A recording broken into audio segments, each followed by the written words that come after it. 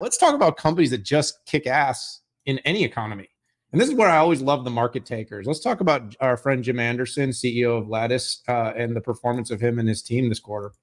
Yeah, just another boring record quarter, Dan. For a semi company in the middle of a major glut. No, exactly. Exactly. I mean, it just blows my mind how well they did. So record revenue, 12th consecutive growth quarter, 70% gross margin, 70%. Record op inc. Net income growth was amazing. Just what a yawner. Some things that came out that I like, 50% of the design wins included one of their software stacks. That's a big deal, right? That to me is growth from going from a homogeneous environment and FPGAs to something that's more of a solution. And that's one of the biggest challenges with FPGAs is how do I program this thing? And by putting 5G, putting ORAN, putting automotive, putting industrial IoT and vision, and a lot of other stacks, that just means that's just more value. And by the way, you're competing with ASICs. You're competing then with microcontrollers, which increases your TAM. So last comment, lots of room to grow with Avant. Avant hasn't even showed up yet. So final comment, May 15th, Investor Day, the 6.5 podcast. Actually, the 6 is going to be there.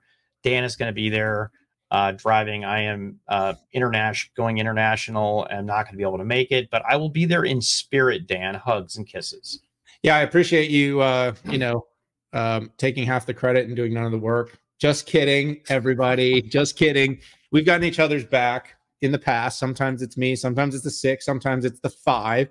And of course, since we're expanding now, we've got new faces in the firm. Did we mention on the show that we added an amazing new show connected with Diana Blast? That's going to be launching really soon. She's a rock star, and I look forward. Anyways, I don't want to have the Lattice earnings fall too far from the grace they deserve. But Pat, look, how do you beat and beat and beat and beat and raise when every other semiconductor company is literally hanging by the thread on the chinny chin chin? I mean, this is a company that just does things right. And of course, the programmability, the flexibility that they offer, and the fact that they are often in an accompanying semiconductor in many, many designs enables them to get scale. They've won a lot of designs, and even in the condensed or shrinking markets in OEMs they're still growing. Which, Pat, by the way, what does this mean for them when the when the trend flips?